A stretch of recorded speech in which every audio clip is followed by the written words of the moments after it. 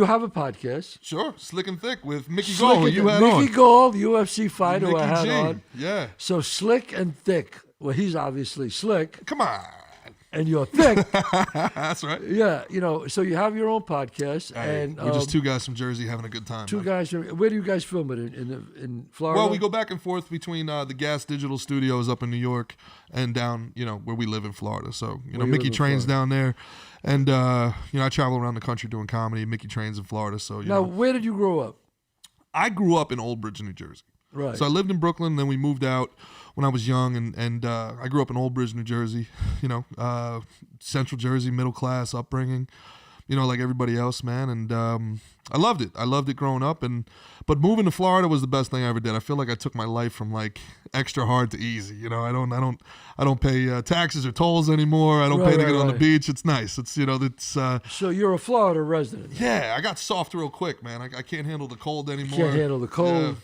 You don't like paying those taxes. Yeah, I played pickleball. That's I gave up MMA and powerlifting for pickleball. Yeah. So you did MMA and powerlifting, huh? Yeah. So I played minor league baseball. Right. I was a baseball player, and then when you get done, it's you just kind of don't know what to do with your life, and Right. you're working like a 9 to 5, and you don't really fit in. And Now, do you do stand up all over the country? I do. Yeah, I do. I work with the Funny Bones and the Comedy Zones mostly. I Yeah. toured with a phenomenal woman named Carol Ann Miljavic. She's she's I heard terrific. her. Yeah, she's. How long have you been doing stand up now? This is my 10th year. 10th year. They 10th say, people say it takes 10 years before you're really. Well, then I better hurry up because I'm not funny yet. So Yeah, no. They say it takes a long time before you really come into your own. I don't know. I think it takes a while to find what the funny is, and then once you find what the funny is, then you have to put it in your own voice. In your own voice. You gotta have your own voice. Yeah, and then what happens, Chazz, I think, is like how to make people laugh. You know that there's certain tricks you can do. Yeah. There's ways you can train the audience to laugh.